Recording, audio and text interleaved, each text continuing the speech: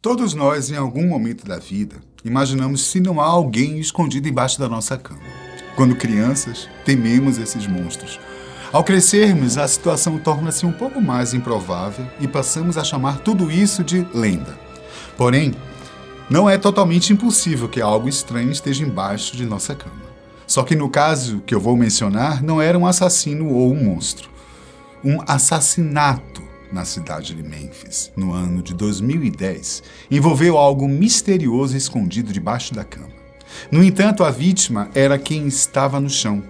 O casal Sargent, formado por James e Rhonda, dormiu em uma cama que estava sobre um cadáver.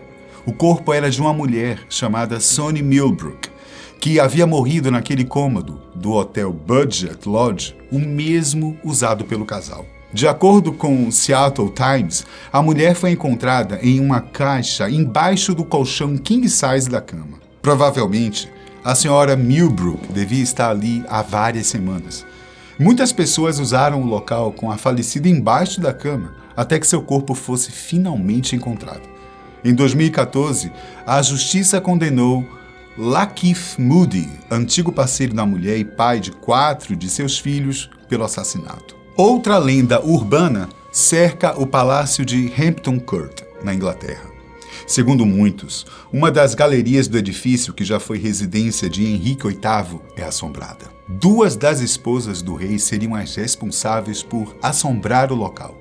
Jane Seymour, a terceira esposa que morreu durante um parto, e Catherine Howard, a 5ª esposa que foi decapitada por conta de um adultério. Sybil Payne, uma serva do século XVI, que serviu a vários monarcas da Casa Tudor, também foi vista por inúmeras pessoas. Conhecida como a Dama Cinzenta, Payne supostamente aparecia tanto que vários juravam cegamente tê-la visto.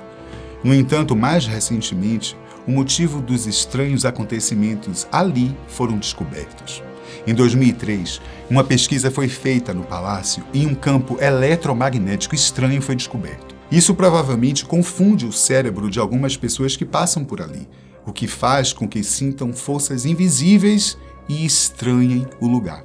Sobre o achado, o Dr. Paul Stevens, da Universidade de Edimburgo, disse o seguinte: as correlações entre a atividade fantasmagórica e a variação magnética foram relativamente grandes e estão de acordo com descobertas laboratoriais que sugerem que campos magnéticos variados têm um efeito mensurável na fisiologia humana. Bem, os fantasmas não devem ser verdadeiros, mas definitivamente há algo de bizarro no local. Mais aterrorizante do que um palácio mal assombrado é imaginar que existe alguém atrás do espelho. Seja aquele do quarto ou do banheiro, muitas lendas envolvem espelhos. Espelhos que servem de passagens e que possam ser atravessados por algo ruim. No filme O Mistério de Candyman, de 1992, a criatura assassina tenta atacar sua vítima pelo armário de medicamentos do banheiro. O longa foi baseado no conto The Forbidden, em que pessoas eram atacadas nos banheiros após dizerem o nome Candyman 5 vezes em frente ao espelho. Essa lenda pode ser aterrorizante, mas não é completamente impossível, não. Um repórter criminal de Chicago chamado Steve Bodira confirmou que o conto lembrava muito uma reportagem feita por ele em 1987. O nome da matéria era Eles Entraram pelo Espelho do Banheiro. No caso, uma senhora chamada Ruth McCoy foi baleada no próprio apartamento. Antes de morrer, a mulher ligou para os serviços de emergência afirmando que alguém havia adentrado no apartamento dela pelo armário do banheiro. O método mostrado como ficção em Candyman, na verdade, era uma forma de entrada para invadir apartamentos naquele prédio. Entrar por lugares inusitados como esses pode ser uma opção para invasores em prédios altos. No caso de Ruth, esse método se provou mortal. O triste de lendas que se tornam reais é que um mesmo lugar pode presenciar mais de uma tragédia. Foi o que aconteceu na casa do assassino do Machado, em Villisca, no estado de Iowa. Em 1912, 6 crianças e 2 adultos tiveram seus crânios completamente esmigalhados pelo machado de um desconhecido assassino. A história se tornou muito conhecida e, em 1994, o lugar foi comprado e restaurado para sua aparência de 1912. A partir daí, a casa foi convertida em uma atração turística. A diária não é nada barata, e ainda por cima muitos visitantes reportaram experiências paranormais no lugar. Os hóspedes viam uma figura parecida com a de um homem com um machado vagando pelos corredores e ouviam gritos de crianças desesperadas. Entretanto, em 1914, algo realmente sombrio aconteceu no lugar. Vários amigos estavam em mais uma daquelas visitas paranormais à casa quando encontraram um de seus companheiros, Robert Lawson, machucado. Aparentemente, ele havia sofrido uma perfuração por faca no peito. No entanto, não havia ninguém por perto.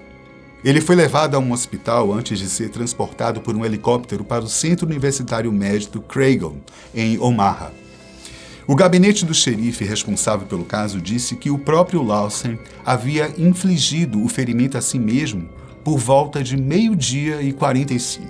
Por incrível que pareça, esse foi o exato horário em que os assassinatos começaram em 1912.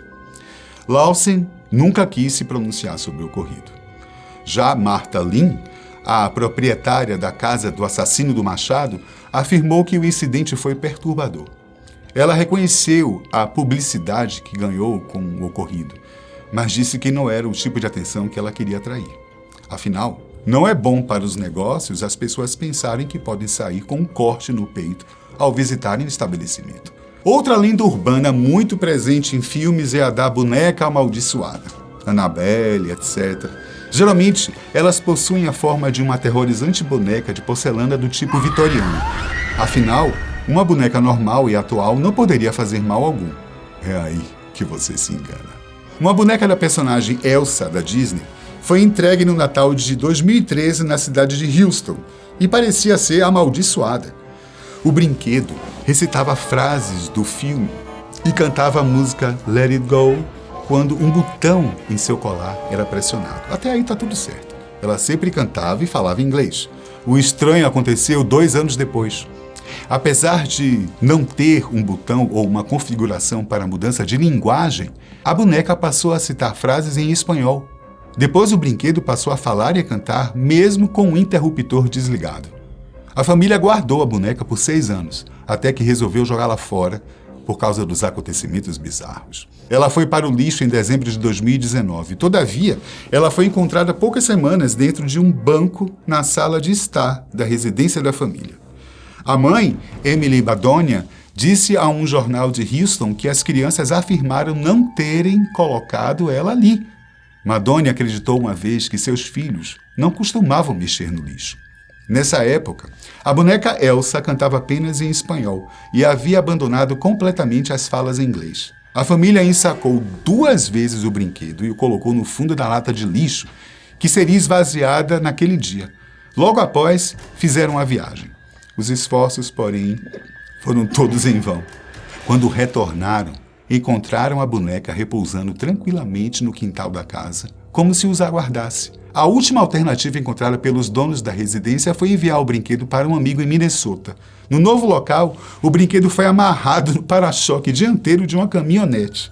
Desde então, os fatos bizarros envolvendo a boneca cessaram e Badonia pôde viver em paz. Só que de todas as lendas, talvez essa última seja mais intrigante. Você acredita que uma família recebeu mensagens de um ente querido mesmo depois da morte? Chamadas do além podem parecer lenda urbana e coisa de filme, mas aconteceram com a família Peck. Charles Peck havia pegado um trem para chegar a uma entrevista. Porém, o engenheiro Robert Sanchez, que estava dirigindo, estava enviando mensagens de texto em seu celular. A distração não deixou notar um sinal vermelho. A consequência foi uma colisão entre 2 trens que deixou 135 pessoas feridas e 25 mortas. Um dos falecidos foi Charles Peck. De acordo com as investigações, Sanchez enviou a última mensagem 22 segundos antes da colisão. Parece que a tragédia influenciou os celulares, pois o de Charles Peck agiu muito estranhamente. Durante as 11 horas seguintes ao acidente, tanto a família de Peck quanto sua noiva receberam várias ligações de seu telefone. Entretanto, quando a atendiam, havia apenas estática. Foram 35 ligações que só pararam às 3 horas da manhã do dia seguinte. 1 hora depois, o corpo de Charles Peck foi encontrado. As investigações, porém, indicaram que ele havia morrido logo na colisão inicial, ou seja, todas as ligações vieram após a sua morte. Certo, tá. Você pode pensar que o aparelho simplesmente não funcionou bem. Mas como explicar as ligações apenas para entes queridos e não para qualquer contato aleatório? Infelizmente, o corpo de Peck foi encontrado sem celular, o que impediu uma investigação maior no aparelho. Como ou por que os telefonemas continuaram por tanto tempo e com tanta frequência, provavelmente nunca saberemos.